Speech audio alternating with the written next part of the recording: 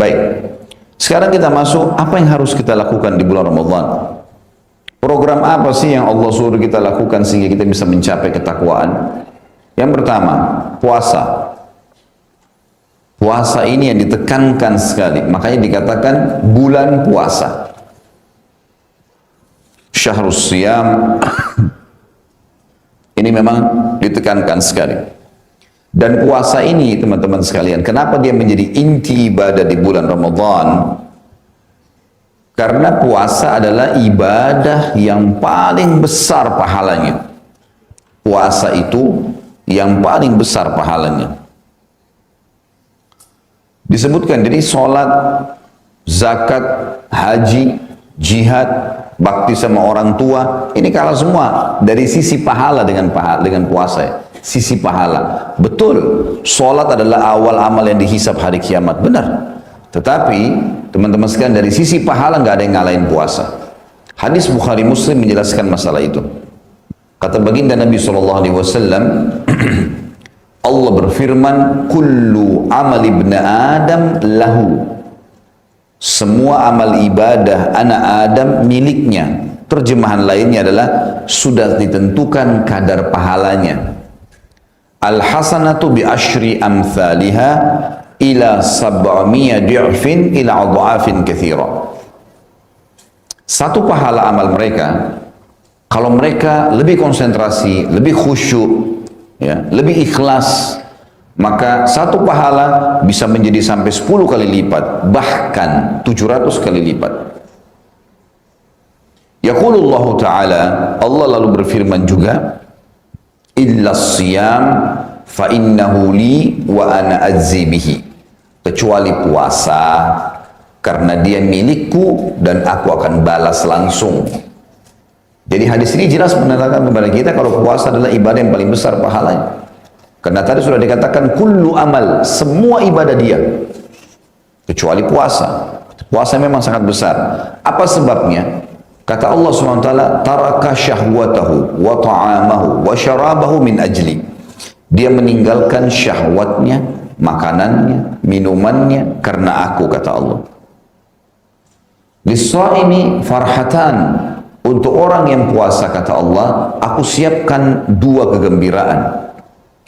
Farhatun inda fitri, kegembiraan pada saat dia sedang berpuasa, berbuka puasa karena hausnya hilang. Wa farhatun inda liqa'i rabbi, dan kegembiraan pada saat dia bertemu dengan Tuhannya. Wala khalufu famus shaim atyabu indallahi min rihil misk. Dan bau mulutnya orang yang sedang puasa lebih wangi di sisi Allah daripada bau kasturi. Ini di sisi Allah ya. Jangan salah faham. Nanti kemudian bau mulutnya Ramadan tiup-tiupin ke orang. Nah, wangi ini. Karena Allah, Nabi bilang kalau itu lebih wangi dari bau kasturi. Ditanya di mana Ka'bah? Di Mekah. Oh. Bisa pingsan orang nanti ya. Bukan itu yang dimaksud. Allah menilai kalau mulutnya itu karena tidak makan, tidak minum, di sisi Allah dinilai lebih wangi dari bau kasturi. Ada sebagian ulama yang mengatakan yang dimaksud adalah Allah Azza wa Jalla akan memberikan kelebihan orang-orang yang berpuasa di hari kiamat nanti di surga. Setiap ngomong maka akan keluar bau yang lebih wangi dari kasturi. Itu yang dimaksud sisi makna yang lain.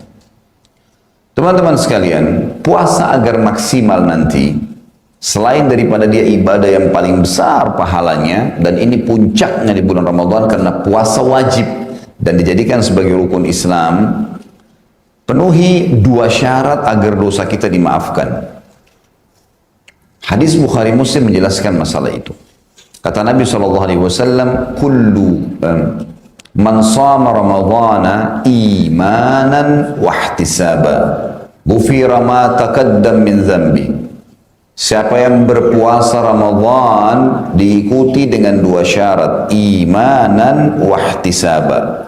Imanan karena keimanan, karena tahu ini Allah dan Rasulnya yang perintahkan, maka saya kerjakan. Jadi bukan karena seluruh anggota keluarga lagi puasa, Bukan karena semua teman-teman berpuasa, bukan karena lingkungan semuanya berpuasa, tapi karena Allah dan Rasulnya memerintahkan. Berarti walaupun kita sendirian, tetap kita kerjakan.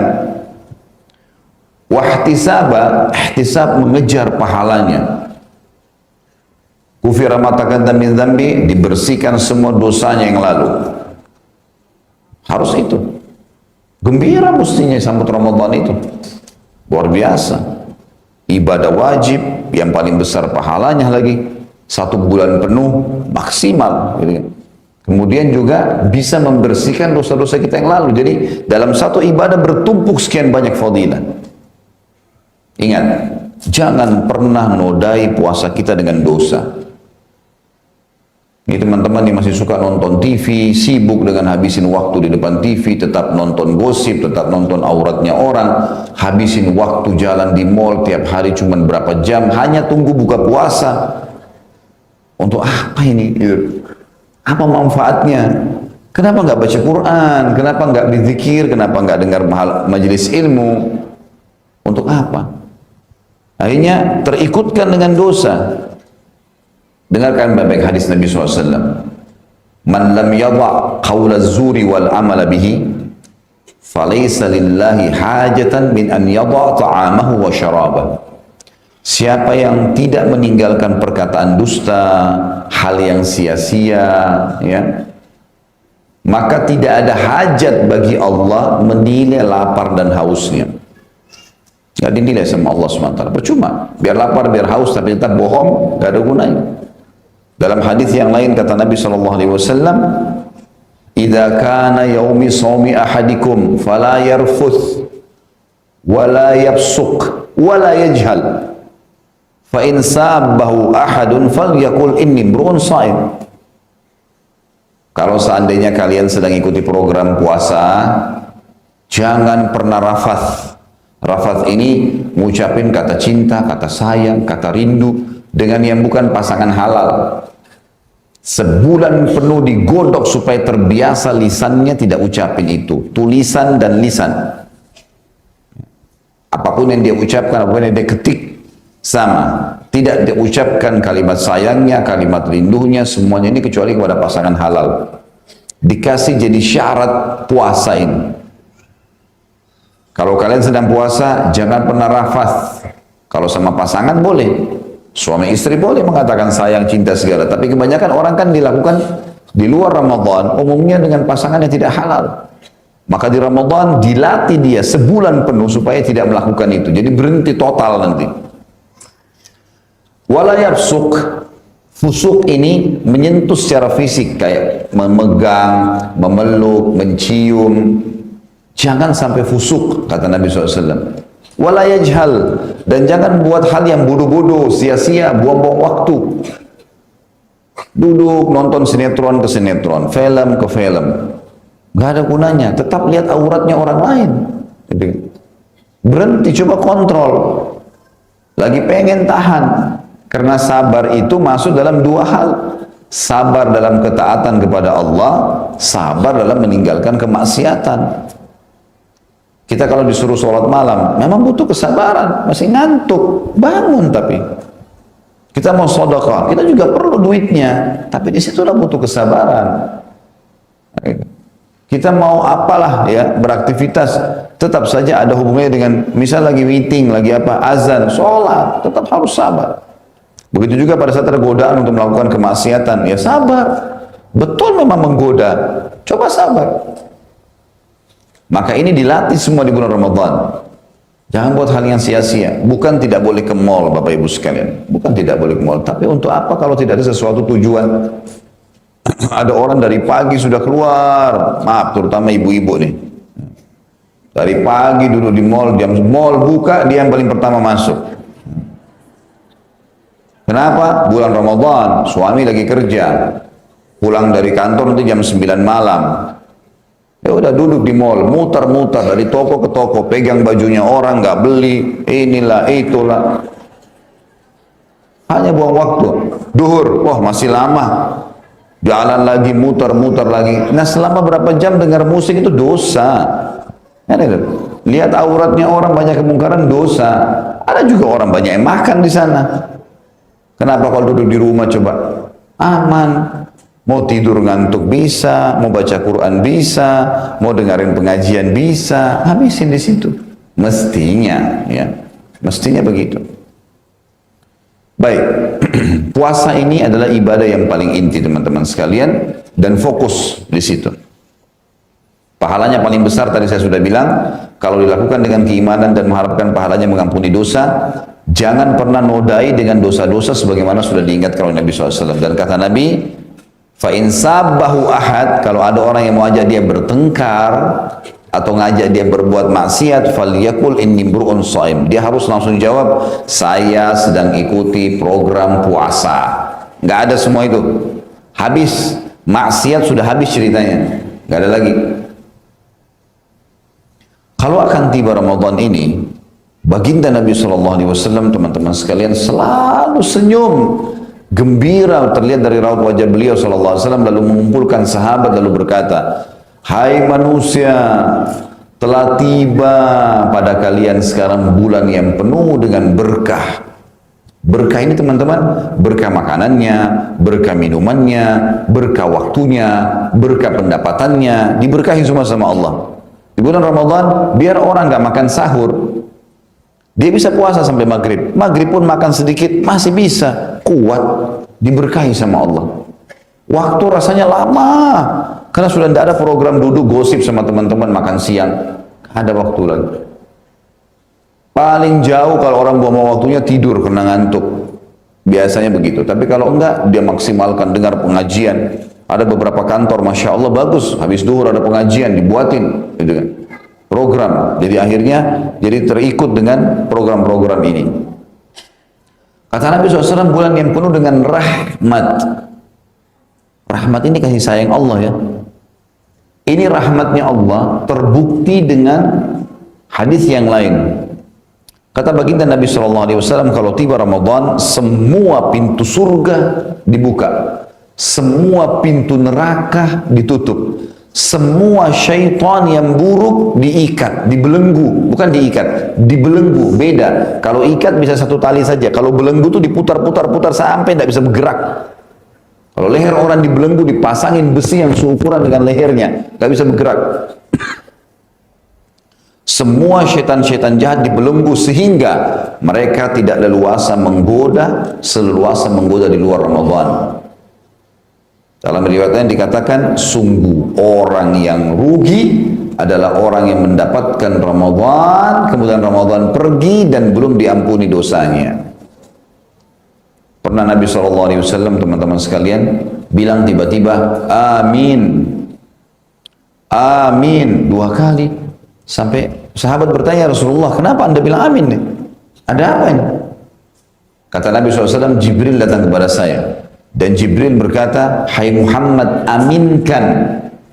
Siapapun di antara umatmu yang mendapatkan kedua orang tuanya dalam keadaan tua, dan sampai mati, tidak sempat atau tidak bisa membawanya masuk surga.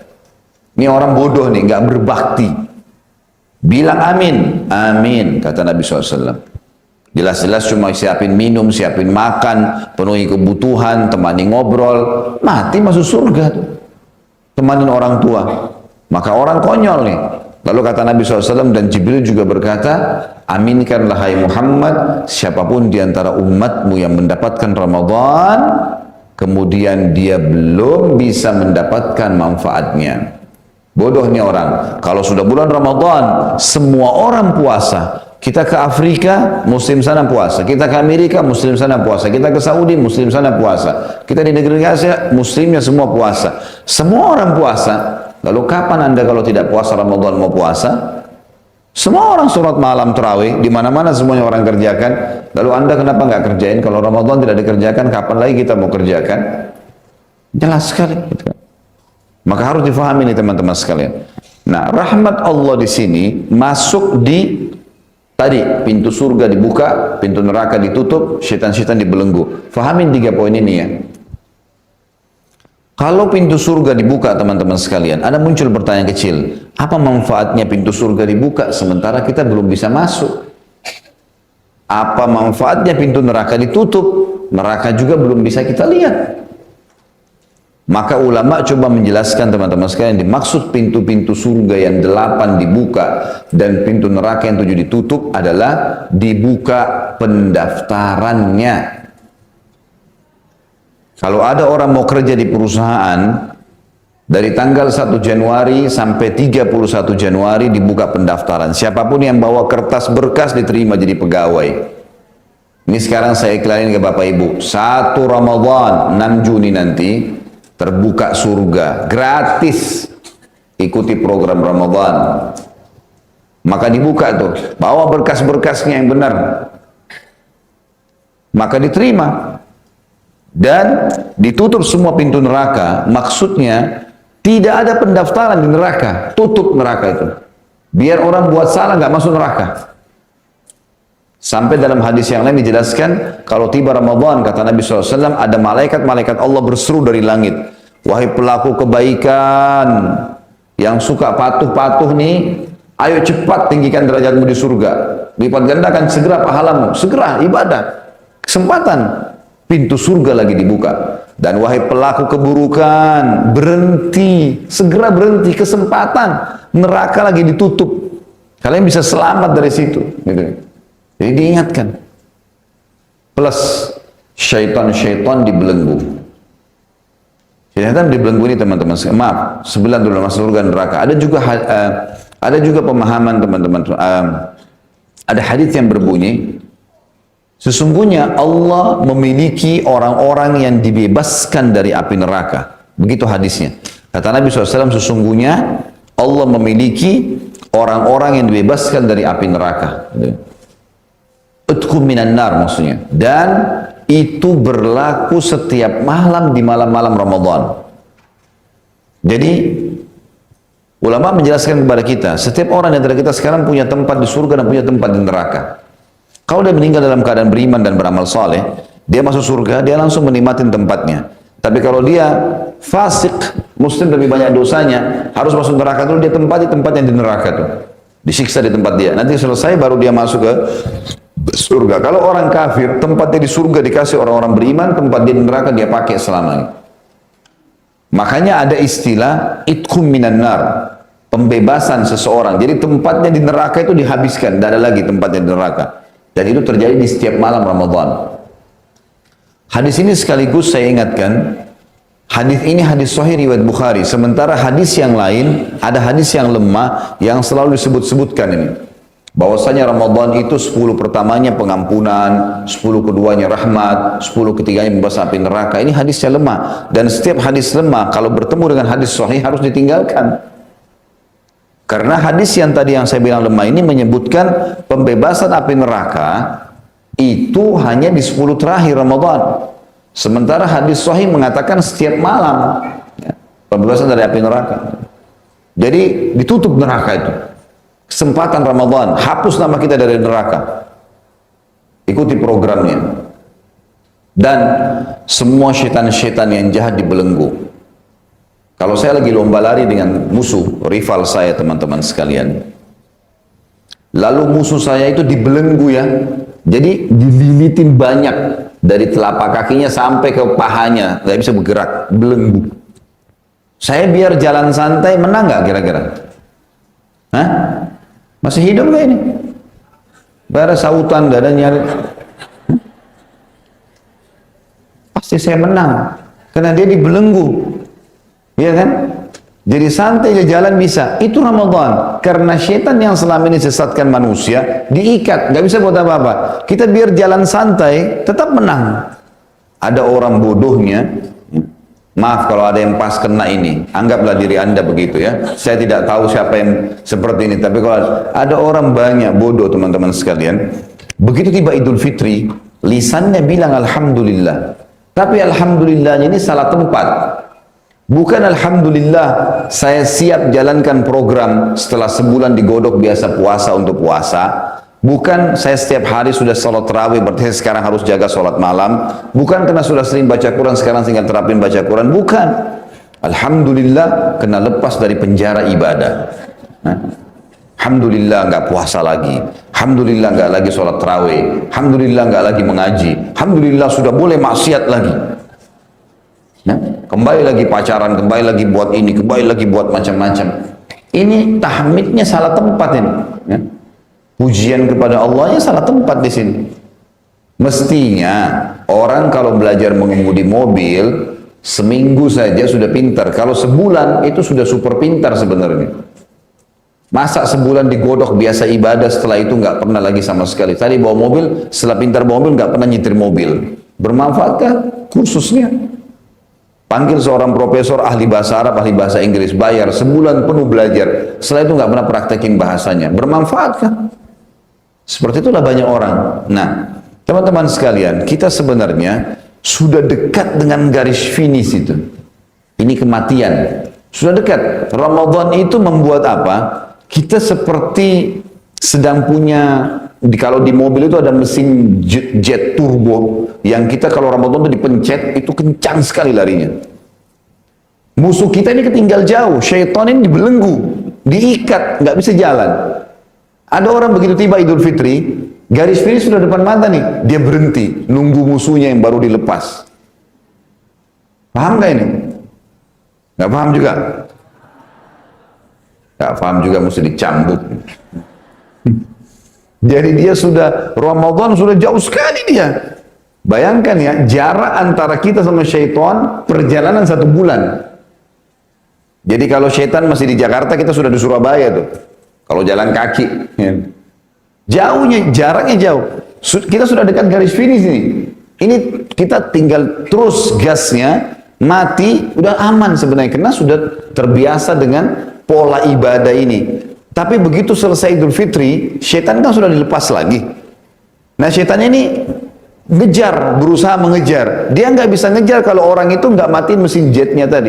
Terus saja dia jalan sampai dia mati, sampai garis finish gitu. Ada orang nggak, mesin jetnya dimatiin, dia nunggu ngopi di situ sampai syaitannya datang lagi. Nah, syaitannya lumbahin dia akhirnya, gitu kan? Akhirnya kembali lagi kepada kemaksiatan, pelanggaran-pelanggaran karena syaitannya sudah dekat sama dia. Makanya setelah Ramadan itu musuhnya kita luar biasa. Karena syaitannya lagi dibelenggu. Sudah difahami nih ya? Alhamdulillah. Anggaplah paham. Apa boleh buat? Kalau nggak paham pun nggak mungkin saya ulang-ulangi terus. Yang jelas di sini Bapak Ibu sekalian, hadis Nabi SAW tadi mengatakan telah tiba kepada kalian bulan Ramadan, bulan yang penuh dengan berkah, rahmat, gitu kan? Rahmatnya sudah saya jelaskan tadi. Karena pintu surga dibuka, pintu neraka tutup dan syaitan dibelenggu. Allah yang maha mulia dan maha tinggi melihat persaingan kalian di bulan Ramadan itu dan membanggakan kalian di depan para malaikatnya. Maka tunjukkan yang terbaik untuk Allah. Kalau biasa sedekah 10.000, 1 juta, 100.000 harus meningkat. Kalau dulu baca Quran cuma berapa lembar, harus mengkhatamnya, lebih baik dari sebelumnya. Kalau dulu sholat masih sering telat, ini sudah tidak ada telatnya lagi Ramadan. Terus dia maksimalkan. Sesungguhnya orang yang rugi adalah orang yang celaka, orang yang bodoh, orang yang telah mendapatkan Ramadan kemudian pergi dan tidak mendapatkan manfaat. Jadi hadis Nabi SAW jelas. Amal ibadah yang kedua, program yang kedua adalah sholat tarawih. Sholat tarawih, sholat malam, ya, sholat tahajud, ya, sholat tarawih, qiyam Ramadan, qiyamul lail, sholat tahajud sama saja. Sama saja ini. Istilah saja yang berbeda-beda. Tarawih artinya santai. Artinya santai. Kenapa? Karena kita setelah sholat ba'diyah isya, udah bisa langsung sholat malam. Itu. Kalau di hari-hari selain Ramadan, kita dianjurkan kerjakan di akhir malam atau tidur dulu lebih afdal, gitu kan? Kalau Ramadan enggak, memang lebih afdal habis sholat ba'diyah isya langsung sholat. Karena Nabi SAW praktekin itu. Dalam sebuah riwayat yang sahih disebutkan Nabi SAW besok memasuki Ramadan beliau sholat habis ba'diyah isya sholat dan ada beberapa sahabat yang ikut bersama beliau. Lalu tersebar besok awal Ramadan tersebar berita kalau Nabi SAW semalam sholat malamnya dimajukan. sholatnya sampai 11 rakaat, berarti sholat malam. Maka besok hari pertama Ramadan, malam kedua tarawih, para sahabat ngumpul semua di masjid Nabi. Nabi SAW tidak keluar sampai azan subuh. Akhirnya pas azan subuh Nabi SAW keluar, kemudian mengimami mereka sholat. Habis subuh Nabi SAW khutbah. Setelah tahmid dan salawat untuk beliau SAW, beliau mengatakan, saya tahu semalam kalian nunggu saya.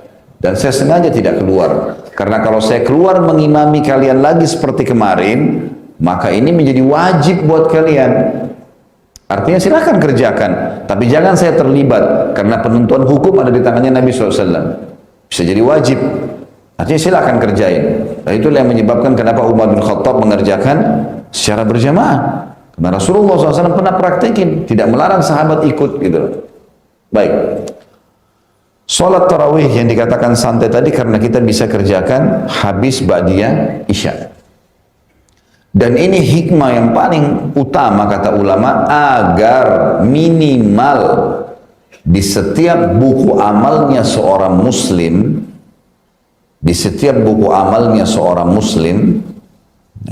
tercatat sholat malam setahun sekali, minimal itu. Dengan adanya tarawih, orang yang malas sholat tahajud dalam 11 bulan, nggak pernah tahajud sama sekali, maka dengan adanya tarawih, kesempatan di buku amalnya tercatat itu. Pernah sholat tahajud walaupun cuma sekali sebulan, walaupun cuma sekali setahun gitu, dalam Ramadan itu. Itu hikmah yang paling utama. Karena sholat malam adalah sholat yang paling afdal setelah sholat 5 waktu. Jadi, kata Nabi SAW, afdalus sholati ba'dal maktubah, sholatul qiyam. Jadi ini penting sekali teman-teman sekalian. Maka jangan sia-siakan ini. Sholat tarawih, mau 11 rakaat atau 23 rakaat, tidak ada masalah. Jangan ribut-ributan di sini, jor-joran di situ. Nyalain si fulan, nyalain si fulan. Sholat tarawih itu sunnah, dikerjakan dapat pahala, ditinggalkan tidak masalah. Tidak dikerjakan pun tidak masalah. Betul kehilangan fadilah. Tapi lalu untuk apa ribut dengan 11 atau 23? Saya akan jelaskan supaya lebih paham. Teman-teman sekalian, riwayat yang menyebutkan tentang dalam riwayat Bukhari, bahwasanya baginda Nabi SAW kata Aisyah tidak pernah menambah 11 rakaat di Ramadan atau di luar Ramadan. Kan riwayatnya begitu.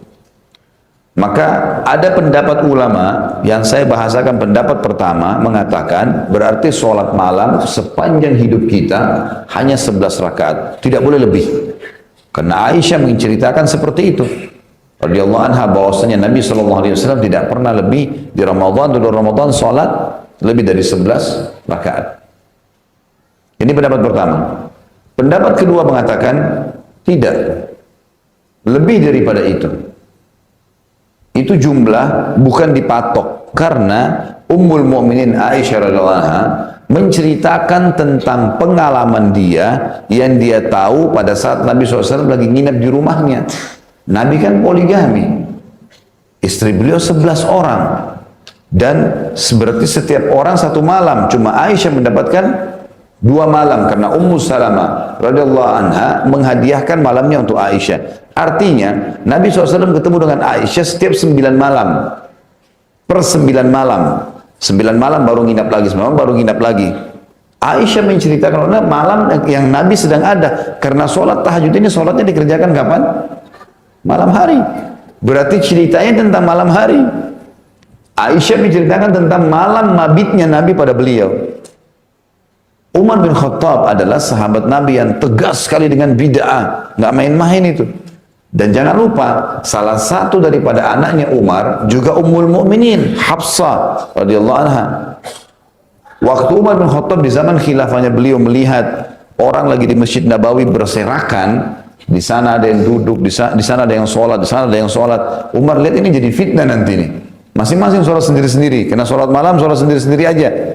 Maka sama Umar digabungin. Kalau Rasulullah pernah sholat, kemudian orang lain ikut, dibiarin oleh Nabi SAW. Sholat berjamaah. Dan perlu digarisbawahi ya, perilaku Umar bin Khattab radhiyallahu anhu ini sangat kuat karena 2 hal. Pertama, ijma'nya sahabat. Karena waktu Umar bin Khattab kerjakan, tidak ada satu sahabat pun yang menegur itu. Dan itu menandakan ijma, kesepakatan. Dan kesepakatan sahabat ini adalah sesuatu yang paling kuat. Mereka sudah sepakat dengan itu. Nggak ada yang selisih dengan Umar radhiyallahu anhu. Kalau salah pasti ada yang negur. Sahabat itu tidak melihat siapa orang ini. Kalau salah dia langsung tegur. Nggak, Rasulullah bilang begini loh. Umar bin Khattab pun biasa diingatkan oleh para sahabat yang lain kalau memang ada sesuatu yang ya Nabi SAW mereka tahu melarang atau memerintahkannya. Tapi ini enggak, ijma. Semua sepakat. Yang kedua, ada hadis. Alaikum bisunnati wa sunnatul khulafaur rasyidin mahdiyyin min ba'di. Berpegang pada sunnahku dan sunnah khulafaur rasyidin setelahku. Dan Umar termasuk salah satu dari 4 khulafaur rasyidin. Gitu kan? Dan juga kata ulama pendapat kedua ini, Umar bin Khattab bukan mustahil berpegang pada hadis juga yang sahih riwayat Bukhari, qiyamul lail mathna mathna. Salat malam itu 2 rakaat, 2 rakaat. Maknanya tidak ada batasnya. Selain makna utamanya adalah maksudnya 2 rakaat lebih afdal salam, 2 rakaat lebih afdal salam, begitu. Ya. Tapi juga maknanya adalah tidak ada batas. Maka Umar bin Khattab mengerjakan 23 rakaat. Dan sekarang di Saudi tidak ada perselisihan. Lihat Masjid Haram Mekah dan Masjid Nabawi di Madinah. Berapa rakaat mereka sholat? Hah? Mana suaranya ini? Senyap, hilang. Belum tiba Ramadan. 23 rakaat. Mekah sama Madinah. Sampai sekarang dan fatwa ulama sudah jelas masalah itu. Boleh 2 rakaat pun boleh. 11 rakaat boleh. Jangan salahin orang yang 23. Karena sudah jelas fatwa ulama dan jelas pendapat ini. Saudi pun menerapkan Mekah dan Madinah sholatnya 23 memang. Dan biarin aja gitu kan. Bahkan fatwa ulama di Saudi sekarang membolehkan, pernah ditanya ke beberapa masyayikh, khusus 10 terakhir Ramadan. Karena 10 terakhir Ramadan kalau kita lagi umroh atau kita lagi di Mekah, Bapak Ibu kalau lagi umroh di akhir Ramadan, maka program di Saudi itu, di 2 masjid besar ini, Masjid Haram Mekah dan Masjid Nabawi di Madinah yang menunjukkan rujukan umat Islam, itu mereka sholat tarawih 20 rakaat, tapi khusus 10 terakhir witirnya nggak ada. Witirnya ditunda di sholat malam di atas jam 12 malam. Ada lagi sholat malam 8 rakaat plus 3 witir. Jadi kalau digabung 31 rakaat. Pernah ditanya kepada para masyayikh, boleh nggak saya ikut tarawih yang 20 rakaat plus saya ikut lagi yang 11 rakaat malam? Jawabannya serentak, boleh, silahkan. Karena ada hadis Nabi, qiyamul lail masna masna, sholat malam 2 rakaat 2 rakaat, selama mampu silahkan kerjakan. Gitu. Ini sudah fatwa umum. Maka teman-teman sekalian kita harus pahamin masalah ini. Jangan berselisih dengan hal-hal yang tidak perlu di sini ya. Hormatin masing-masing. Kalau ada yang mau mengatakan berbuat pada pendapat pertama, hak dia. Jangan salahin orang yang pada pendapat kedua. Orang pendapat kedua jangan salahin orang pendapat pertama. Silahkan, gitu kan. Cuma memang kesempatan emas kita untuk yang memperbaiki atau memperbanyak amal. Ya, sudah terlalu banyak tadi hujah saya sampaikan ya. Seperti tadi saya sudah jelaskan ya, fatwa para ulama tentang hadis Aisyah yang ditanggapin, kemudian juga perilaku Umar bin Khattab yang jauh sekali tegas dengan bid'ah, dan ada salah satu anaknya Ummul Mukminin Hafsah juga di situ dan berpegang pada hadis qiyamul lail mathna mathna. Kemudian sekarang Saudi menerapkan dan sudah saya jelaskan panjang lebar dan seterusnya. Nah, saran saya begini, ini saran saya. Kalau Bapak Ibu mau sholat tarawih, kalau niatnya mau kerjakan yang 11 rakaat, maka cari masjid yang 11 rakaat. Kalau mau sholat yang 23 rakaat, cari masjid yang 23 rakaat. Kenapa? Karena ada hadis lain.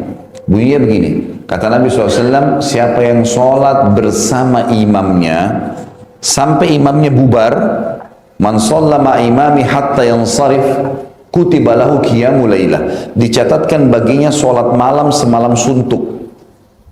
Nah, kalau kita masuk masjid yang 11 rakaat dan kita lihat 11 rakaat, imamnya sampai witir, lalu kita bubar, itu dapat pahala seperti habis sholat isya, ba'da isya, sholat malam, salam berdiri lagi, sampai subuh, semalam suntuk kita seperti sholat. Tapi syaratnya harus sama imam bubar. Jadi kalau imamnya 23 kita bubar 11 rakaat, kita nggak dapat fadilah ini. Paham maksudnya? Ya. Tentu boleh, bukan tidak boleh. Sekali lagi ya, saya sudah pakai bahasa Indonesia yang jelas. Ya. Boleh kalau imamnya 23, kita 11 boleh, bukan tidak boleh. 2 rakaat pun boleh. Enggak sholat pun enggak berdosa, gitu loh. Ya. Jadi jangan dibesar-besarin. Tapi kita mau kejar, kalau mau kejar fadilah harus dapat pahala semalam suntuk sholat, memang sampai imamnya bubar. Artinya selesai sholat. Bubar ini bukan berarti dia keluar dari masjid ya. Sudah nggak sholat lagi, udah witir 11 rakaat, kita juga 11 rakaat, ide sudah salam, kita berdiri, itu dapat pahala semalam suntuk. 23 juga, gitu kan? Ini kadang-kadang jadi fitnah di beberapa masjid, yang mau sholat 11 ikut berjamaah sama 23, begitu selesai buat jamaah di belakang, sholat lagi di situ, di sini juga depan sholat, ini amin itu amin, dari mana ini? Belum tahu, belum ada hadis Nabi SAW yang berbunyi tidak boleh ada 2 imam dalam satu masjid. Sini sholat, sana sholat, gimana caranya nih? Nggak boleh kan gitu. Kalaupun mau witir ya jangan witir di situ gitu. Pulang aja ke rumah sekalian, witir di rumah nanti kan. Mestinya. Ini supaya tidak terjadi masalah-masalah fitnah besar. Makanya dari awal cari masjid yang 11 ya 11, yang 23 ya 23. Kalau mau kejar fadilah dapat ya seperti sholat semalam suntuk. Jelas sampai sini? Yang ketiga, bersedekah. Bersedekah di bulan Ramadan adalah ibadah yang paling besar pahalanya. Sedekah ini paling besar pahalanya. Terus saya Bapak Ibu sekalian, kita sudah punya sistem Islam ini yang berbeda dengan sistem kapitalisme. Ini pernah saya jelaskan. Kapitalis mengatakan, pangkal kaya nabung. Kalau Islam bilang apa? Pangkal kaya keluarkan. Ya. Nggak bisa ketemu. Sedekah dengan nabung. Kalau kapitalis dari 10 juta kapan 100 juta, 100 juta kapan 1 miliar, miliar kapan 10 miliar, tidak pernah habis nih. Dia selalu nabung dan tidak bisa ketemu antara nabung dengan keluarin. Susah. Pasti ketemu itu menahan itu sama, itu pintunya dekat sekali dengan pelit, bakhil. Sementara Islam mengajarkan tidak, keluarkan. Makin banyak kau keluarkan, makin banyak yang datang. Hadis Qudsi, hadis Bukhari di mana Nabi SAW mengatakan Allah berfirman, ya bena Adam, anfik alaik. Wahai anak Adam, berinfaklah untukku, aku akan berinfak untukmu. Jelas, kita keluarkan sedekah itu. Dan sedekah ini teman-teman, selain sumber kekayaan, juga memang dia, selain memang dia ibadah yang paling besar pahalanya, dia juga sumber kekayaan. Sudah pernah saya jelaskan di sini, pernah ada acara kita, saudara punya rahasia rezeki, ada 15 kiat mempertahankan rezeki, diantaranya adalah infak dan sedekah ini. Memang harus begitu. Ya. Berikan yang terbaik. Intinya kalau Ramadan ada hadis Nabi SAW yang sahih berbunyi, afdalus sadaqatu sadaqatu fi Ramadan. Sedekah yang paling afdal adalah sedekah di bulan Ramadan. Wajar kalau orang keluarin zakat malnya misalnya di Ramadan, itu bagus. Jadikan haul kita Ramadan ke Ramadan. Bagi Bapak Ibu yang belum mengeluarkan zakat misalnya, atau belum tahu ada haul, niatkan dari sekarang. Di tempat ini bisa diniatin. Oh, haul saya tahun lalu Ramadan. Berarti masuk Ramadan nanti sudah masuk pembagian atau pengeluaran 2,5% dari zakat. Begitu caranya. Jadi bisa diniatkan haul. Ramadan besar. Selain daripada itu banyak sekali sedekah apa saja. Ya. Terutama ya, memberi makan dan minum orang lain. Saya mau tanya Bapak Ibu sekalian, mau nggak selama 30 hari Ramadan, misal kalau sampai 30 hari atau 29 hari umumnya, kan itu, Bapak Ibu dapat pahala 30 hari puasa plus 100 pahala puasa yang lain, 1000 pahala puasa yang lain, 1 juta pahala puasa yang lain, bahkan miliaran kalau perlu. Mau nggak kira-kira? Bapak-bapak nggak mau, nggak apa-apa. Tentu orang kalau beriman mau, gitu kan? Baiklah, caranya sederhana. Bagaimana? Buka puasakan orang lain. Ya. Beri makan, sedekah, kasih makan, kasih minum, ya. Buka puasa. Saya kasih contoh rasional. Air mineral yang gelas, 1 dus isinya berapa? 48. Harganya berapa? 26, 28 ribu. Anggap 30 ribu, ya. 30 ribu. Mulai sekarang sebentar nih bubar, Bapak Ibu datangi musola dan masjid dekat rumahnya dan kita tidak kekurangan, tenang saja. Ini di Jakarta, DKI Jakarta saja, kita punya 10.000 masjid dan musola. Saya duduk sama teman-teman ahli kelas Jati Padang kemarin, beberapa waktu lalu. Mereka adakan survei mereka sementara sederhana sekali, didapatkan Jakarta Selatan memiliki masjid dan musola 2.300. Itu belum pusat, belum barat, belum timur. Ini kalau kita gabungin 5 wilayah JKI saja, itu bisa 10.000 lebih masjid dan musola. Sampai kita mau habisin semua tabungan pun bisa cukup. Beli air mineral, pulang sebentar, booking. Pak, datangi marbotnya. Khusus air buka puasa dari saya ya. Satu dus isi 48 gelas. Kalau hari pertama Ramadan orang buka puasa 48. Hari itu kita punya 49 pahala puasa. Plus kita satu. Kalau kali 1 bulan, anggaplah kita tambah 2 gelas lagi misalnya, jadi 50 gelas ya. Berarti 50 orang buka puasa 1 hari. Itu dengan 30.000 rupiah. Baik, kalau kali 1 bulan, 900.000 rupiah. Kan gitu. Dan kita mendapatkan pahala, kalau 1 hari kita buka puasa kali 50 orang, dikali 30, 1.500 pahala puasa. Kenapa nggak lakukan ini? Sederhana sekali. Ramadan nanti, di mobil sama di motor Bapak Ibu sekalian, bawa air mineral banyak-banyak. Begitu azan, pas lagi macet, penuh tuh umat Islam butuh buka puasa. Orang banyak pikirannya bagaimana cari keuntungan, dagang. Bukannya kejar pahalanya, kasih gratis tuh. Kesempatan, banyak orang di jalanan itu. Saya pernah satu waktu pulang dari pengajian, subhanallah, mau kejar untuk buka puasa di tempat saya. Nggak keburu, di tengah jalan saya lihat, subhanallah, orang motor setengah mati, macet, buka puasa, belum polusinya, belum pada satu musim panas, luar biasa. Akhirnya mereka mampir, cuma beli apa, air mineral di sebelah. Padahal itu kesempatan, saya melihat ini tidak kurang dari berapa ratus motor yang antri di situ karena macet, belum mobil. Kita bisa bagi-bagiin, gitu kan? Ini harus bisa dikerjakan. Kurma misalnya, sunnah Nabi SAW kurma. Di yayasan saya buat program setiap Ramadan tebar 1.000 dus kurma, gitu kan?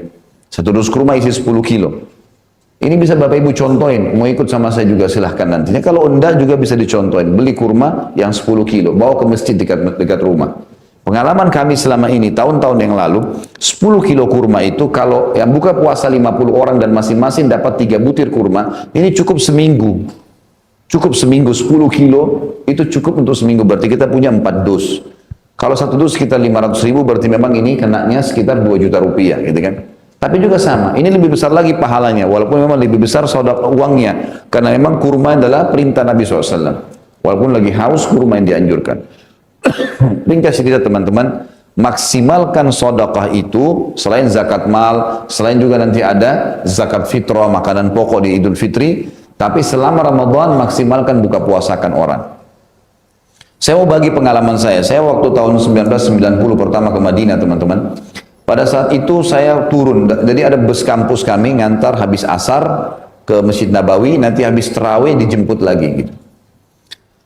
Saya pergi sama beberapa teman-teman orang Indonesia, turun dari bus, begitu menuju ke Masjid Nabawi, saya lihat bukan cuma puluhan, ada ratusan orang, banyak sekali, itu mereka berdempetan satu sama yang lain, membelakangi Masjid Nabawi.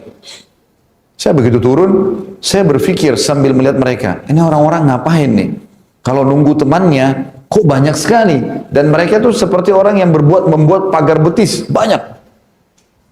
Saya begitu mendekat, kok kayak nggak dikasih jalan ya. Saya mau lewat di antara pundak mereka, semuanya mau ke masjid nih. Belum banyak pengalaman, itu hari pertama Ramadan. Ternyata waktu saya lewat, memang tidak dikasih jalan. Kemudian saya dipeluk sama dia. Ada satu orang situ, teman-teman Indonesia ini semua dipeluk sama yang sebelah-sebelah sana. Saya dapat jawaban untuk kuping saya dibisikin. Dia bilang, akhi, saudaraku, tolong buka puasa di tempat saya. Dia nggak kenal saya loh ini. Nggak kenal. Dia minta tolong buka puasa tempat saya. Ternyata di Masjid Nabawi itu, setiap saf itu diberikan kesempatan, Masjid Nabawi kasih kesempatan, tapi ada syarat-syarat jaga kebersihan, segala peraturan-peraturan, taruh sufra itu plastik, kemudian ditaburin kurma, taruh roti, taruh yogurt, taruh pisang, segala macam hal. Si ayah atau si kakak lagi pasang itu di dalam, si anak dan si adik cari mangsa di luar. Kalau saya sudah iya, tangan saya dipegang, dibawa sampai ke sufrahnya dia, di plastik dia duduk. Terus dia bilang, ini ya, silakan di sini. Jangan ke situ ya. Yang sebelah ini ada saingannya, jangan ke situ. Karena ada juga orang kadang-kadang duduk, dia lihat di sebelah ada pisang, di sini nggak ada, pindah ke situ. Makanya mereka kadang-kadang bersaing, taruh pisang, taruh jus, taruh macam-macam. Nah, ada juga orang yang pindah, jangan pindah ya. Kamu kalau seandainya datang besok ke Masjid Nabawi, tidak temu saya, sudah tahu tempat saya kesini ya. Saking maunya cari pahala, saya sampai netes air mata gitu. Subhanallah, orang mau cari pahala luar biasa. Kan gitu. Coba kita bandingkan dengan Indonesia coba. Nah, ini yang ketawa-ketawa tahu diri ya. Pak RT sudah kasih jadwal, Pak A, Ibu B, ini semua malam kesekian ya, malam kesekian buka puasa. Tiba giliran masih bertanya, sudah tiba giliran saya, kayak kaget dia kenapa tiba gilirannya. Kan aneh ini, kesempatan dapat pahala. Mulai sekarang tidak pakai giliran, Pak nggak usah, saya semua yang pakai nih. Suatu bulan ini saya yang kasihin kopinya, saya yang kasih kuenya, saya yang kasih ini, blok itu mestinya. Kalau kita terbalik gitu. Jadi teman-teman sekalian harus maksimalkan ini. Dan kalau ada orang yang tidak bisa pun sama sekali, ya misal ada orang bilang, Ustaz saya nggak ada duit untuk beli air mineral 30.000 tadi. Contoh, biasanya orang susah buka puasa di mana? Di masjid. Karena masjid kita sudah siapin kan? Baik. Bisa nggak pada saat masuk masjid, ikut marbotnya bantu? Nyiapin saja. Nyiapin air mineralnya, nata, taruh kurmahnya. Nggak ada modalnya itu. Cuma modal naruh-naruh saja, dapat pahalanya sama. Gitu. Baik, kalau ada orang yang luar biasa nih, mau jadi raja dan ratu, nggak mau juga ngata-nata, maunya cuma dilayani, datang ke masjid, duduk, maunya sudah dihidangkan, masih bisa dapat pahala. Kalau tidak mau lagi ini betul-betul harus dicambuk. Tinggal bilang sama teman di sebelah, ini air mineral saya ya, kamu ambil, kamu dapat pahala saya. Air mineral kamu saya ambil, saya dapat pahala kamu. Nggak ada modalnya. Layak cambuk gak ini? Layak cambuk kalau sudah tidak mau. Dikasih pahala ini luar biasa masih tidak mau. Jadi harusnya bisa, gitu kan? Saya subhanallah pernah pengalaman di Saudi pernah. Waktu itu saya umroh sama ayah saya berdua saja. Jadi ambil visa di kedutaan tapi tidak ikut travel. Jadi hotel segala semua kita urus sendiri. Saya cuma berdua sama ayah saya. Biasa Ramadan saya begitu. Fokuslah ibadah. Subhanallah saya pas karena kita tidak ikut travel jadi pakai bus lokal. Bus lokal ini rupanya ada juga orang-orang lokal di dalam situ. Saya duduk di sebelah saya ada tentara dari Dammam, orang Saudi. Di sebelah saya ada orang Mesir sama istrinya. Entah dia profesinya apa nggak tahu. Ayah saya duduk di depan saya gitu.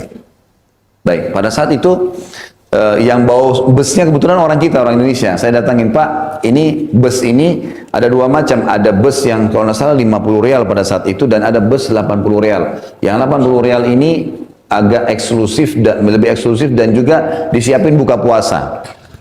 Kebetulan kami naik yang 80 rial. Saya bilang sama bapak yang bawa busnya, Pak, nanti mana sih buka puasanya? Oh di sini mas, ini ada kulkasnya, ada ditarik sama dia. Ini air mineralnya di sini. Di belakang ada kurma, ada roti sudah disiapin di raknya.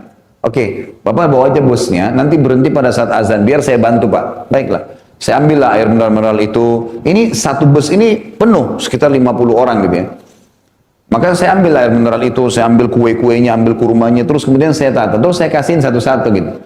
Anehnya pada saat itu Bapak Ibu sekalian, tidak ada satu orang pun berdiri ikut bantu saya. Sudah selesai saya bagiin satu bus semua, cuma bilang jazakallah khair, jazakallah khair. Alhamdulillah, saya udah bagiin, saya dapat doa lagi gitu kan. Begitu saya duduk, ini orang yang tentara di sebelah saya bilang gini, Masya Allah, kalau orang Islam seperti ente semuanya, seperti kamu semua ini, gitu kan, berarti Islam itu akan disenangi. Saya lihat wajahnya tapi saya nggak ngomong. Saya bilang, lalu kamu dapat apa? Hah? Apa gunanya puji saya? Nggak ada yang saya butuhkan untuk pujian itu kok. Kamu kenapa nggak berdiri? Cuman ikut partisipasi. Di sebelah lagi ada orang Mesir yang bilang, Masya Allah, itu sudah panen pahala kita semua. Saya cuma senyum saja. Lalu kamu tadi buat apa? Kenapa nggak berdiri? Gitu kan? Mestinya berdiri. Waktu saya masih mahasiswa teman-teman sekalian, kadang-kadang memang beasiswa belum diterima. Gitu kan? Ramadan tiba. Gimana caranya cari pahala nih? Orang sudah berebut semua tempat. Maka yang saya lakukan waktu itu inisiatif sendiri, kan ada jek-jek Zam-Zam banyak di Masjid Nabawi ya. Saya duduk, kemudian saya ambil gelasnya, itu saya pencet-pencetin. Ada yang mau ambil air, saya kasih aja. Itu aja saya buat. Banyak akhirnya minta, udah tinggal saya ambilin air, tinggal kasih. Nggak ada ruginya, nggak ada susahnya. Dan pahalanya besar. Umar bin Khattab pernah membuka puasakan dari Allah satu kota Madinah dengan air putih. Di zaman akhir khilafah beliau, satu waktu beliau akhir Ramadan, mau dapat pahala buka puasa tapi lagi nggak ada duit. Dia bilang sama sekretarisnya, kalau di dalam riwayat dikatakan gulam, sini gulam, iklankan di Madinah kalau Amir Umar bin Khattab akan buka puasain. Raja yang undang, khayalannya orang ini kambing bakar lah, apalah macam-macam, ini pasti mewah makanannya. Kumpul semua orang Madinah, datang semua. Zaman dulu memang orang minum di sumur, langsung dari sumur ditimba minum. Memang mereka nggak ada seperti kita sekarang sudah disterilkan airnya, sudah memang tidak ada. Dikasih dibagilah gelas-gelas, kemudian disuruh antri di sumur, mereka antri. Setiap kali habis ambil air, duduk di tempat yang sudah duduk tempat duduknya, lalu kemudian mereka bilang mungkin sebentar keluar kurmanya, mungkin sebentar makanannya. Begitu azan, kata pembantunya Umar, Amir Mu'minin menyampaikan saatnya azan buka puasa lah. Dan setelah buka puasa, selesai buka puasa Amir Mu'minin. Akhirnya orang semua faham minum air, oh berarti Umar mau cari pahala gitu kan. Udah bubar semuanya. Tapi saran saya ini dilakukan kalau kepepet saja. Ya, jangan alasan Umar pernah buat, bapak-ibu masih ada duit bisa beli makanan terus nggak mau. Karena Allah akan menilai sesuai dengan kadar juhud kita, upaya kita. Jelas ya? Jadi sedekah itu paling afdal, plus lagi bisa dapat pahala buka puasa orang. Berebut di sini. Nah, jangan sampai lewat Bapak Ibu sekalian. Buka puasakan orang lain. Selanjutnya membaca Al-Quran. Yang keempat, Al-Quran ini tentu saja bukan bukan tulisan seorang doktor, seorang profesor, bukan juga karya tulisnya seorang penulis novel yang bestseller, bukan. Ini kalamullah, perkataannya Allah sang pencipta. Maka di bulan Ramadan memang bulan diturunkan Al-Quran. Kata ulama memang bulan baca Al-Quran, bulan menjadikan Al-Quran sebagai sahabat. Karena Allah berfirman, A'udzubillahi minasyaitonirrajim, syahrul Ramadan alladzi unzila fihi al-Qur'an hudan lin-nasi wa bayyinatin minal huda wal furqan. Al-ayat. Bulan Ramadan di mana bulan yang diturunkan Al-Qur'an padanya sebagai petunjuk bukan bagi orang beriman tapi seluruh manusia, dan juga sebagai penjelas terhadap apa yang dia selalu pertanyakan. Bayyinat minal huda, apa yang dia butuh ada didapatkan dalam Al-Quran, dan juga furqan, pembeda antara kebenaran dan kebatilan. Jadi kan, jadi Al-Quran teman-teman sekalian disuruh baca. Para sahabat ridwanullah alaihim kalau tiba Ramadan mereka sudah tidak terdengar lagi lisannya kecuali darurat, ya. Mereka tidak terdengar lagi dari lisannya kecuali darurat sekali ngomong yang lain itu melainkan Al-Quran. Al-Quran saja mereka baca. Al-Quran ini punya 4 hak dari kita. Yang pertama membacanya, faham, tidak faham khatam, berurut Al-Fatihah, Al-Baqarah, Al-Imran, terus sampai surah nomor 1, 2, 3, 4, 5 sampai 114 An-Nas. Urut, baca, ngerti nggak ngerti. Fadilah bacanya sendiri ada, per hurufnya 10 pahala. Dan ini dianjurkan khatam. Para sahabat mengkhatam 3 hari sekali, gitu kan. Memang anjuran Nabi SAW, maka jangan lebih dari 3 hari. Kata Nabi SAW, siapa yang mengkhatam Al-Quran kurang dari 3 hari, maka dia sulit untuk memahaminya. Yang dimaksud adalah orang yang belum terbiasa dan belum memahami Al-Quran. Tentu beda hukumnya kalau orang sudah memahami Al-Quran, ya, maka dia itu beda, punya hukum sendiri. Seperti Utsman bin Affan mengkhatam Al-Quran 30 juz dalam 1 hari, gitu kan. Itu berbeda. Yang kedua adalah mentadabburi. Tadabbur ini teman-teman mengambil hukum, memahami makna-maknanya, kalau kita di Indonesia juga terjemahannya. Dan ini agak beda sedikit dengan membaca. Jadi mentadabburi ini tidak harus berurut, tidak harus dari Al-Fatihah, Al-Baqarah, Al-Imran dan seterusnya sampai An-Nas, tidak. Tapi kita bisa milih surah yang kita senang. Ini pernah saya titik beratkan di materi Minhajul Muslim kita. Kalau bapak-bapak misalnya mau baca surah tentang laki-laki, ada surah Ibrahim, surah Yunus, surah Yusuf, surah Muhammad, banyak. Ibu-ibu mau baca surah perempuan ada surah An-Nisa, surah Maryam. Mau baca tentang hari kiamat ada surah Al-Qiyamah. Mau baca tentang malaikat Al-Ma'arij, Al-Buruj, ada banyak. Jadi mau baca tentang kisah Nabi-Nabi, Al-Anbiya. Mau baca tentang kisah-kisah sebelum umat sebelum kita ada Al-Qasas, ya. Banyak, ya. Ada baca tentang hewan-hewan ada Al-Ankabut, Abalaba, ada Nahal, lebah, ada fil, gajah, ada Al-Baqarah, sapi betina. Apa semua hikmahnya itu? Cari satu surah yang paling menggelitik buat kita, tanda kutip ya, yang paling membuat kita mau baca, penasaran. Dari 114 mulai dari surah itu. 10 ayat saja, nggak usah lebih. Abdullah bin Mas'ud radhiyallahu anhu mengatakan, kami tidak pernah melewatkan satu hari 10 ayat sampai kami bisa membacanya, kami mentadabburinya, mengambil hukum-hukumnya dan maknanya, kami menghafalnya dan kami mengamalkannya. 4 hal ini selalu mereka kerjakan setiap hari 10 ayat. 10 ayat ini, pilih surah mana saja, cukup baca ayat, baca terjemahan. Ada hukum, baca sebentar. Kalaupun 10 ayat dianggap sulit, misal pun dianggap masih berat, 10 ayat bisa dibagi habis sholat wajib, 2 ayat. Subuh 2 ayat, duhur 2 ayat, maghrib, asar 2 ayat, maghrib 2 ayat, isya 2 ayat. Ringan sekali. Baca ayat, baca terjemahan. Ada sebab nuzulnya, sebab turunnya dibaca. Ada hukumnya baca, gitu kan? Sudah ada banyak Al-Quran sekarang, selain terjemahan ada tafsir. Baca. Ini hak yang kedua, tadabbur namanya.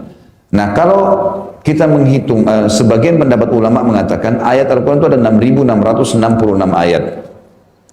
Kalau kita membaca dan mentadabburi teman-teman sekalian satu hari 10 ayat, setiap misalnya tiba Ramadan atau mulai hari ini atau mulai besok misalnya, yang jelas 10 ayat ini kalau kita tadabbur per hari, 1 bulan 30 hari kita punya berapa ayat? 300 ayat. 1 tahun 12 bulan berarti kita punya 300 kali 12, 3.600 ayat. Insya Allah kurang dari 2 tahun 23 bulan itu kita sudah selesai mentadabburi 30 juz Al-Quran.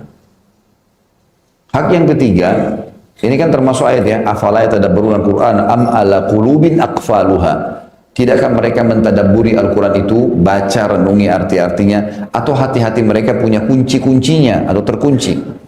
Yang ketiga menghafal. Menghafal metodenya sama dengan tadabbur tadi. 10 ayat, 10 ayat, 10 ayat, berat 10 ayat per hari, satu kali sekaligus, 2 ayat per habis sholat. Dan bisa digabung antara tadabbur dengan hafal. Selain dibaca ayat, baca terjemahan, lalu hafallah 10 ayat itu. Habis sholat 2 ayat. Berarti kita punya 10 ayat per hari. Kalau kali 1 bulan, 300 ayat.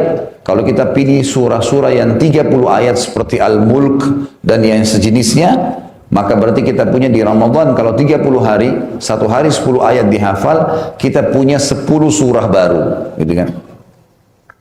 Baik, 1 tahun 360 ayat, 23 bulan, kurang dari 2 tahun sudah hafal 30 juz Al-Quran. Dan tidak usah terbawa dengan waswas syaitan.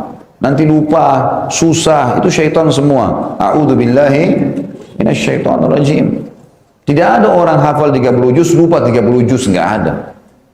Orang lupa 1 ayat, 2 ayat, penyambungnya, bukan. Imam Haram aja sudah hafal dari kecil, bisa lupa kadang-kadang diingatkan sama teman-temannya kalau lagi sholat. Padahal sudah tiap hari mereka muraja, ngulangin. Wajar manusia lupa, kan gitu. Tapi tidak ada orang lupa semuanya. Maka ini kesempatan, bulan Ramadan kesempatan, bulan Al-Quran, gunakan untuk itu.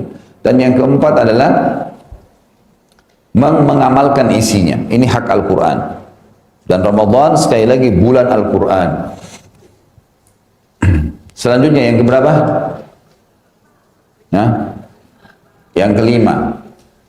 Yang kelima adalah i'tikaf. I'tikaf ini teman-teman sekalian maksudnya adalah mengikat diri di masjid. Mengikat diri di masjid. Tujuan utamanya membiasakan diri sholat 5 waktu on time. Itu tujuannya. Sholat 5 waktu on time. Karena memang kita disuruh, diperintahkan dalam agama untuk sholat di awal waktu. Sebagaimana pernah ditanyakan kepada Nabi SAW dalam hadis Bukhari Muslim, perbuatan apa yang paling Allah cintai? Beliau mengatakan, as-salatu ala waktiha. Sholat pada waktunya. Begitu azan, langsung sholat. Dan sudah pernah juga saya jelaskan, ada hadis Nabi SAW, siapa yang tidak ketinggalan takbiratul ihram pertama imam 40 hari, 40 hari, subuh, duhur, asar, maghrib, isya, 40 hari, maka dia akan selamat dari sifat kemunafikan.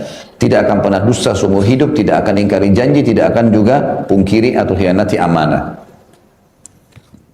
Pernah ada seorang syekh, anaknya dilamar, anak perempuannya dilamar oleh seseorang anak muda. Anak muda ini rupanya kelihatannya dari gayanya masih orang awam.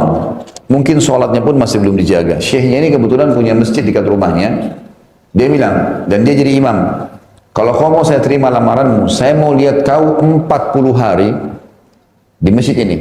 Di belakang saya sholat, kamu di belakang saya. Takbiratul ihram pertama nggak boleh ketinggalan. Anak muda ini belum paham rupanya. Dia cuma ikutin karena dia mau nikah sama anaknya syekh. Jadi sholatnya ini masih sholat karena itu gitu. Tapi betul-betul 40 hari dikerjain sama dia. Setelah 40 hari kata syekh, saya terima lamaranmu. Anak muda ini cerita. Dia bilang, subhanallah, dulu saya ini malas sholat. Tapi setelah 40 hari saya kerjakan di masjid on time, dan sekarang saya merasa nggak enak kalau nggak sholat. Berubah semua, sifat kemunafikannya hilang. Munafikan malas kalau sholat, hilang. Nggak ada lagi sifat kemunafikan. Ini kalau ada orang yang mau ngetes pegawai sebenarnya, tes sholatnya saja. Ini ada tempat pelatihan, tugasmu 5 waktu sholat di masjid. Tidak boleh ketinggalan takbiratul ihram pertama. Itu setelah, kalau dia lakukan 40 hari, terima jadi pegawai. Karena ada jaminan dari Nabi, nggak bakal dusta, nggak bakal khianat, nggak bakal ingkari janji. Cuma Allahu alam ini apa yang ada yang mau lakukan atau tidak. Tapi ini cuma ide saja gitu kan. Itu luar biasa sebenarnya. Baik, etikaf ini dianjurkan di 10 akhir Ramadan bagi laki-laki dan perempuan tentunya. Tapi perempuan punya syarat-syarat khusus, seperti izin ayah kalau belum menikah dan izin suami kalau sudah menikah. Tentu saja lebih utama kalau dia memang bersama suaminya. Tapi kalau tidak, maka dianjurkan ulama untuk tidak iktikaf. Kecuali suaminya meninggal, maksudnya dia janda atau cerai, maka itu baru boleh. Karena ummahatil mu'minin radhiyallahu anhunna, Aisyah dan teman-temannya yang lain ya, dari istri-istri Nabi, setelah Nabi SAW meninggal mereka beriktikaf. Tapi setelah Nabi SAW meninggal, waktu Nabi SAW masih hidup mereka tidak pernah iktikaf. Mereka tidak pernah iktikaf sampai-sampai Nabi SAW pernah waktu lagi iktikaf dikunjungi oleh Sofia di malam hari, bawain makanan gitu kan. Maka Nabi SAW keluar mengantar Sofia, dan keluar juga sebuah hukum di sini, orang kalau iktikaf itu mengikat diri di 10 akhir Ramadan. Sebenarnya dia pada saat mengikat diri itu tidak boleh keluar kecuali darurat. Darurat diantaranya kalau dia mau ngantar pulang istrinya khawatir jadi masalah, atau dia mau ngantar jenazah, atau dia mau berobat, atau ada panggilan orang tuanya darurat, dia harus datang, maka dia keluar. Itu pun keluar balik lagi. Nabi SAW pernah waktu dikunjungi oleh Sofia radhiyallahu anha, Nabi SAW mengantar pulang. Sempat ada 2 orang Ansar, waktu lihat Nabi SAW jalan sama perempuan, mereka penasaran mau tahu perempuan siapa nih yang jalan sama Nabi malam hari. Dan waktu iktikaf mereka percepat langkahnya. Kata Nabi SAW, ala rizkikuma, pelan-pelan aja.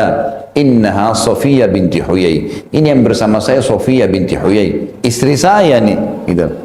Maka mereka bilang, subhanallah, maha suci Allah gitu kan. Maksudnya mereka mau tunjukin kayaknya tidak ke situ pikiran kami ya Rasulullah. Tapi Nabi Rasul, Nabi tahu. Nabi mengatakan hati-hatilah karena syaitan mengalir di dalam darah kalian, di dalam tubuhnya anak Adam, seperti mengalirnya darah, bersamaan dengan darah. Jadi keluar hadis itu justru pada saat Nabi SAW lagi i'tikaf dan mengantar Sofia pulang. Nah, i'tikaf ini teman-teman sekalian, yang paling afdal puasa ke-19 malam ke-20. Ya gitu. Jadi puasa ke-19 kemudian masuk malam 20. Dan keluarnya setelah sholat Idul Fitri. Jadi sholat Idul Fitri memang di masjid itu juga. Ini yang paling afdal ya. Makanya cari masjidnya masjid yang jami', yang dipakai sholat Jumat, yang dipakai sholat Id, memang begitu. Ini yang paling afdal kita bicara. Kalau tidak bisa, usahakan bisa mengikat diri di malam-malam ganjil. Di malam 21, malam 23, malam 25, malam 27, malam 29. Bagi teman-teman yang masih sibuk kerja, gitu kan? Misal suaminya kerja atau istrinya kerja, atau mungkin suaminya yang kerja, istrinya nggak bisa, nggak mungkin tinggalin rumah, ada anak-anak. Bisa pakai cara. Saya pernah pakai cara sama istri sama anak saya. Waktu itu kebetulan karena rumah saya di Condet dekat dengan Masjid At-Tin, maka saya ke Masjid At-Tin, gitu kan? Saya sholat di sana. Maka saya pergi sama istri saya habis buka puasa. Kadang-kadang kami bawa rantangan untuk buka puasa. Kalau enggak, maka habis buka puasa ke sana. Ikut sholat isya, ikut sholat tarawih, kemudian mengaji, duduk, nasihatin, apalah ngobrol-ngobrol, hal yang bermanfaat. Kemudian istirahat pada saat ngantuk, bangun sholat malam, kemudian sahur, habis sahur, lalu kemudian sholat subuh, habis sholat subuh pulang. Gitu kan? Jadi ada malam yang kita kejar. Nah ini biasanya kalau teman-teman yang lagi kerja bisa dipakai. Misalnya Jumat malam ya. Malam Sabtu kan Sabtu sudah libur. Malam Minggu atau malam Ahad. Kan bisa 2 malam. Bisa 2 malam kita dapat. Yang gitu. Itu sangat bagus ya. Apalagi ada masjid-masjid yang besar ini sudah rapi, lebih rapi. Kita bayar habis sholat tarawih mungkin 15 atau 20 ribu untuk sahur. Nanti dikasih kupon, kita disiapin makan. Kalau enggak bisa bawa makanan. Dan orang bebas di masjid i'tikaf kan. Bawa selimut, bisa baring di situ. Bisa ngelompok keluarga-keluarga. Saya tuh duduk sama keluarga saya, sana ada keluarga, sana ada keluarga, banyak keluarga kok, gitu kan. Artinya ada waktu yang kita lowongkan untuk itu. Nabi SAW beritikaf 10 hari semuanya. Nah, 10 hari semuanya Nabi SAW beritikaf. Kalaupun ada pendapat ulama yang mengatakan itikaf itu yang paling sedikit adalah mengikat antara sholat ke sholat. Jadi misal maghrib ke isya, misal duhur ke asar, asal dia niatkan itikaf bisa dapat pahalanya, insya Allah, gitu kan? Tapi tentu ini berbeda pahala dengan orang yang memang nginap di masjid, karena targetnya memang 5 waktu sholat di masjid, nggak boleh keluar dari masjid kecuali memang darurat sekali, baru bisa keluar. Nah ini itikaf. Tujuan utama itikaf adalah mengejar Lailatul Qadar, mengejar Lailatul Qadar. Dan kita sudah tahu sama-sama Lailatul Qadar, qadar artinya takdir ya, sesuatu yang sedang ditakdirkan, karena memang di malam Lailatul Qadar itu adalah malam penentuan keputusan 1 tahun ke depan. Allah Subhanahu wa taala menyebutkan dalam surah Zukhruf, a'udzubillahi minasyaitonir rajim, inna anzalnahu fi lailatin mubarakah. Sesungguhnya kami turunkan Al-Qur'an itu pada malam yang penuh dengan berkah. Dan surah kita sudah tahu ayat yang masyhur ya, Lailatul Qadri khairum min alfi syahr. Lailatul Qadar lebih baik daripada 1000 bulan. Nah, yang perlu difahami di sini Bapak Ibu sekalian, 1000 bulan itu sama dengan 83 tahun plus 4 bulan. Artinya, kalau Bapak Ibu sempat ucapkan subhanallah saja, pas Lailatul Qadar, maka sama dengan mengucapkan subhanallah 1000 bulan atau 83 tahun plus 4 bulan. Allahu a'lam umur kita sampai situ atau tidak. Tapi yang jelas, kita akan dapatkan pahala itu. Kalau kita sedekah sama sedekah 1000 bulan atau 82 plus 4 bulan. Kalau kita baca Quran sama dengan itu. Kalau kita apa saja ibadah yang kita kerjain dilipat gandakan 1000 bulan, gitu kan. Yang paling penting untuk dikejar adalah sholat malamnya. Karena hadis Bukhari Muslim berbunyi, man qama lailatul qadri imanan wa ihtisaba, ghufira ma taqaddama min dhanbi. Siapa yang mendirikan sholat malam di Lailatul Qadar, maka dengan keimanan dan mengharapkan pahalanya diampuni semua dosanya yang lalu.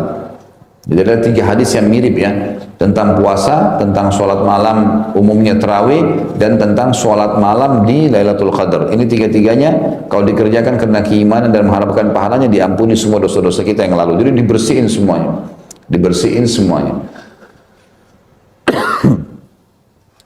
Lailatul Qadar ini teman-teman sekalian berputar di malam-malam ganjil 21, 23, 25, 27, 29. Kata Nabi SAW, kejarlah Lailatul Qadar itu di malam-malam ganjil, dan sering kali terjadi di malam 27. Sering kali terjadi.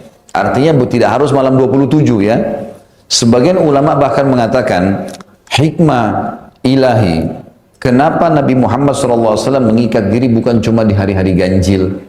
Kenapa Nabi SAW 10 terakhir semuanya mengikat diri dengan i'tikaf? Karena untuk menilai ini malam ganjil atau tidak, dengan adanya perbedaan waktu antara negara dengan negara, Bisa saja Lailatul Qadar itu terus berjalan di 10 terakhir. Allahu alam, kita nggak tahu. Kayak misal, kita sekarang di Indonesia sudah malam ganjil semalam. Kita sudah dapat misal Lailatul Qadar dengan izin Allah.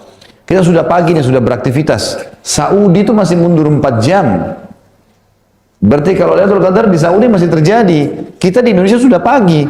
Bukan mustahil, itu berarti masih berentetan. Atau mungkin berbeda perhitungan waktu. Di Indonesia dianggap malam genap, di Saudi dianggap malam ganjil. Ya kan gitu. Nah sekarang karena perubahan waktu memang berbeda. Nah, ini saya pernah ikutin salah satu pertemuan beberapa tokoh nasional di Indonesia. Kemudian dijelaskan kenapa Indonesia sering terlambat puasanya dan terlambat lebarannya. Apa sebabnya? Kenapa nggak seragam dengan Saudi? Ternyata memang ada masalah. Kita di Indonesia ini, kita berada di tengah-tengah garis khatulistiwa. Dan ini menyebabkan memang kalau di bulan-bulan Hijriah, bukan cuma Ramadan, itu sering tertutup memang. Emang nggak kelihatan. Dan Nabi Subhanahu sudah bilang dengan hikmahnya, sumu li ru'yatihi, puasa dengan melihatnya. Wa aftiru ru'yatihi, dan berbuka puasa dengan melihatnya. Mulai Ramadan dengan lihat bulan, nanti juga habisi Ramadan Idul Fitri dengan melihat bulan. Fa in gumma alaikum, kalau tertutup buat kalian nggak bisa ngelihat, fa'atimus siyam ats-tsalatsin, maka genapkan puasa jadi 30. Yang penting puasanya 30, bukan 31, ya. 30 tetap sah.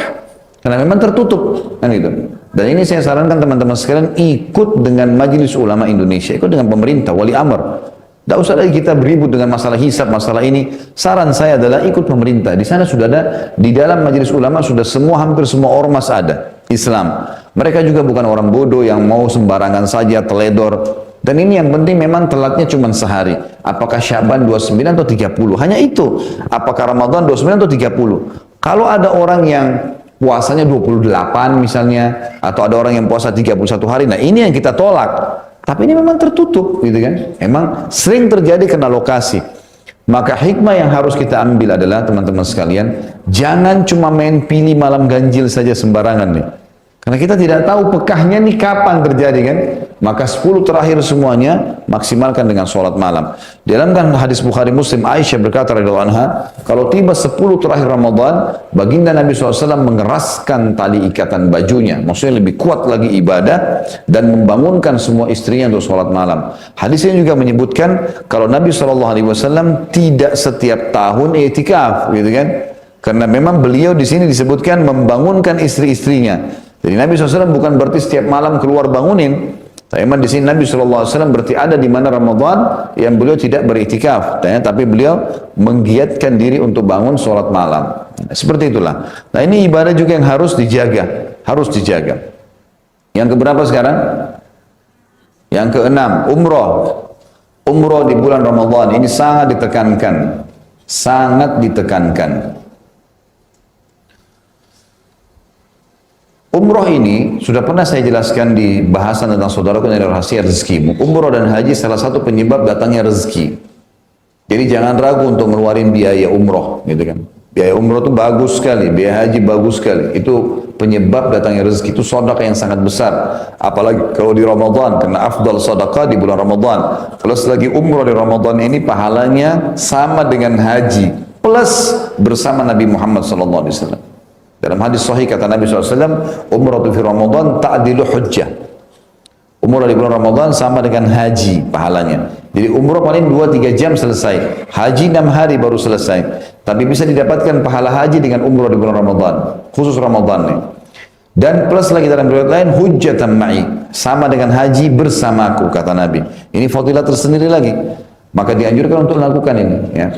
Kata Nabi SAW, umrah dan haji yang dikerjakan secara berkesinambungan, terus menerus dari umrah ke umrah dan haji ke haji, akan menghilangkan kesusahan hidup dan kemiskinan, sebagaimana api menghilangkan karat dari besi. Jadi memang ini penyebab rezeki. Jadi kalau Bapak Ibu tanya saya, Ustaz saya punya uang 35 juta, 40 juta, saya umrah dulu atau saya buka usaha dulu, maka jawabannya umrah dulu. Di Masjid Haram nanti saya berdoa, nangis sama Allah, merengek, minta supaya dikasih rezeki, gitu kan. Beda kalau yang wajib ya, kayak bayar utang, ya harus bayar utang dulu karena umrah sunnah, gitu kan. Tapi ini kalau kita bertemu antara buka usaha dengan umrah, maka umrah saja dulu, gitu kan. Sudah umrah lagi, gak ada masalah. Dan tidak ada batas seseorang mengerjakan sebuah ibadah, ya kalau memang saatnya secara syar'i boleh mengulanginya. Ya seperti misal dari umroh ke umroh, karena ada hadis Nabi SAW kan, antara 5 waktu sholat, antara Jumat ke Jumat, antara umroh ke umroh, antara Ramadan ke Ramadan, berarti ada pengulangan, tapi dengan waktu yang ditentukan oleh syariat, gitu kan? Pengampunan di antara keduanya selama ya dijauhi dosa-dosa besar. Maka umrah dikerjakan teman-teman sekalian ya. Saya pernah berbicara dengan salah satu jemaah saya yang umrah, kebetulan waktu itu, tapi ini bukan di bulan Ramadan memang. Saya cuma bicara tentang masalah fadilah, pahala yang didapatkan. Saya tanya, ini umrohnya Bapak bayar berapa? Dia bilang sekitar 35 juta. Baik, waktu itu bintang 5, ini sekitar 6-7 tahun yang lalu lah. Dan saya tanya, Bapak, saya bilang besar nggak? Dia bilang sedang. Memang dia orang mampu, Masya Allah. Terus saya bilang, Bapak mau nggak saya hitungkan pahala yang Bapak dapatkan? Dia tanya, loh emang bisa Ustaz? Saya bilang ya ada dalilnya saja. Baiklah, baik kita, Bapak sudah tahu belum hadis Nabi SAW yang berbunyi, sholat di Masjid Haram Mekah sama dengan 100.000 kali dibandingkan tempat lain? Dia bilang iya, sudah tahu Ustaz. Baik, 100.000 ini kalau kita ambil misalnya sholat wajib saja, subuh, duhur, asar, maghrib, isya, kan sehari cuma sekali. Anggaplah ini berarti sama dengan 100.000 hari. Kalau 100.000 hari dibagi jumlah hari satu tahun, 365 hari, itu akan keluar angka 274. Yang berarti 274 tahun, gitu kan? Kita mendapatkan pahalanya. Jadi satu kali sholat di Mekah sama dengan 274 tahun sholat di Indonesia. Baiklah, itu kalau sholat sendiri. Kalau sholat berjamaah, ada hadis yang berbunyi sholat kalian di rumah kalian dengan di pasar kalian dan dibandingkan masjid kalian berjamaah, maka perbandingan 25 kali lipat. Ini kalau kita kali 25, keluar angka 6.500. 6.500 tahun. Saya bilang, Mbak, 6.500 tahun dibagi 35 juta. Kelihatan nggak 35 jutanya? Dia bilang, enggak Ustaz. Baik, itu baru satu sholat. Bagaimana yang lainnya? Dan kita sudah dengan 35 juta, 40 juta, 50 juta pun kita keluarkan sedekah. Plus di Ramadan paling afdal. Plus sudah masuk makan, transportasinya, segala macam hal hotelnya, sudah masuk semuanya. Dan yang luar biasa, kita mendapatkan pahala yang berlipat-lipat ganda tadi. Karena sholat di Masjid Haram besar sekali pahalanya. Masjid Nabawi juga begitu 1.000. Lalu kenapa tidak pergi? Saya tahu ada pengusaha di Jakarta ini, Masya Allah sampai sekarang masih hidup dan masih, dia, saya dapat informasinya itu, kalau 1 bulan, dia 3 minggu di Jakarta, 1 minggu di Saudi, setiap bulan. Pasti umroh di akhir bulan. Sama istrinya berdua, suami istri saja. Jadi 3 minggu di Indonesia, selesaikan pekerjaan semua, 1 minggu di Saudi. Tiap bulan umroh, nggak pernah berhenti rezekinya. Gitu ya. Apalagi umroh Ramadan ini sangat besar sekali, ya pahalanya. Allahu a'lam. Dan bagi bapak ibu yang berminat untuk umroh, kalaupun mau ikut dengan umroh yang saya bimbing, saya berangkat insya Allah 22 Juni. 20 Juni itu nanti insya Allah akan berangkat sekitar lama ya, 18 harian memang. Jadi akhir Ramadan itu semua kita habisin di sana gitu. Sampai Idul Fitri. Allahu a'lam. Baik, itu yang keberapa tadi? Hah? Yang ke-6. Sekarang yang ke-7 ya. Sekarang yang ke-8. Berarti sudah habis kalau begitu. Sudah tidak ada lagi poinnya. Baiklah. Yang ke-8 berarti ya. Yang ke-8 dianjurkan oleh para ulama melatih diri untuk duduk ya, untuk duduk di masjid habis sholat subuh sampai terbit matahari. Ini Ramadan paling mudah kita kerjakan. Kenapa? Karena Ramadan biasanya masjid-masjid, apalagi di Indonesia ya, masjid-masjid di Indonesia ini banyak yang mengadakan pengajian subuh, ya, kultum subuh atau apalah gitu ya. Biasanya habis ceramah itu, ya tinggal 15 menit lagi sudah syuruk, sudah terbit matahari. Ada hadis Nabi SAW yang berbunyi, siapa yang sholat berjamaah di masjid sampai terbit matahari, ya sambil berzikir di situ, dia zikir pagi, atau dia dengar pengajian, atau dia baca Quran, atau dia berbicara hal-hal yang mubah, yang positif, sementara dia lagi nunggu sampai terbit matahari, lalu dia sholat 2 rakaat, pahalanya sama dengan haji dan umrah, sempurna. Jadi kita bisa dapatkan pahala ini. Nah, Ramadan ini sangat tepat bagi bapak-bapak yang masih bekerja. Ini bisa dipilih hari Sabtu, hari Ahad, pagi, dan itu antara subuh ke syuruk itu cuma 45 menit. Biasanya 50 menit maksimal. Dan itu hampir standar seluruh dunia ini, memang hampir standar waktu itu. Kurang lebih ya, tempat-tempat yang pernah saya kunjungin, yang lain saya tidak tahu. Tapi kayak Saudi, kayak Indonesia, ini semua syuruknya hampir sama, 45 menit sampai 50 menit saja. Jadi nggak lama. Kadang-kadang kalau ada orang ceramah setengah jam, berarti masih tinggal tersisa 15 menit, 20 menit saja sudah syuruk. Maka alangkah baiknya ditunggu. Dan bagi ibu-ibu memang ini tidak berlaku di rumah ya. Banyak orang narik ruk, ini nggak bisa, memang hadisnya di masjid. Karena kata Nabi SAW, siapa yang sholat subuh berjamaah di masjid, laki-laki perempuan sama. Jadi kita nggak bisa narik ini di rumah gitu. Dan perempuan boleh ke masjid, bukan tidak boleh.